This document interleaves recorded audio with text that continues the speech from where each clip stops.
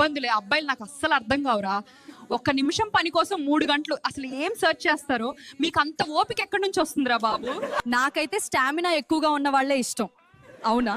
సరే, అయితే ఈ రాత్రి నీకే నా స్టామినా చూపిస్తాలే. అందరూ అంటారు ఎందుకు అంత యాటిట్యూడ్ చూపిస్తావు. నిజం ఏంటంటే నేను అందంగా ఉంటా కాబట్టి వాళ్ళకే ఇలా అనిపిస్తుంది. వైఫ్, మీకు సోఫా ఇష్టమా, బెడ్ ఇష్టమా? హస్బెండ్, నాకు ఏదైనా పర్లేదు, నిన్ను సాటిస్ఫై చేయడానికైతే నేను రెడీ.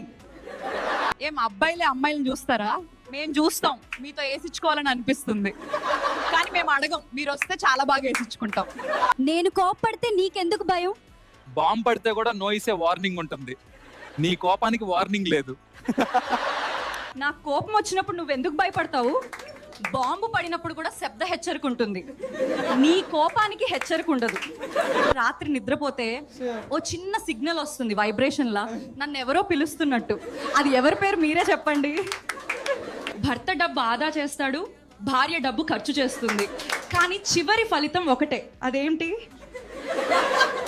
రాత్రి నిద్రపోతే నా దుప్పటి లోపల ఎవరో వస్తారు, వేడి కూడా తీసుకొస్తారు, ఊహల్లో మాత్రమే కనిపిస్తారు. చెప్పండి ఎవరని? నిద్రలో ఉన్న నా గదిరి తలుపు ఓదరగొట్టి వస్తాడు, డీప్గా నన్ను చూసి నవ్వుతాడు, కానీ నిజానికి ఉండడు. ఎవరో గుర్తుపట్టారా? ఒకడు అన్నాడు కాఫీ తాగుతావా? నేను అన్నాను కాఫీ వద్దురా, హీట్ ఇంకొకళ్ళు ప్రిఫర్ చేస్తా. నేను అన్న కప్లో కాదు, బెడ్రూమ్లో.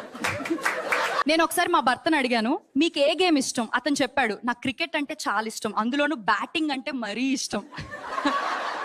అబ్బాయిలు నిన్ను మిస్ అవుతున్నా అంటారు, నేనంటే అన్నారు సరే గూగుల్ మ్యాప్స్లో ఎత్తుక్కో.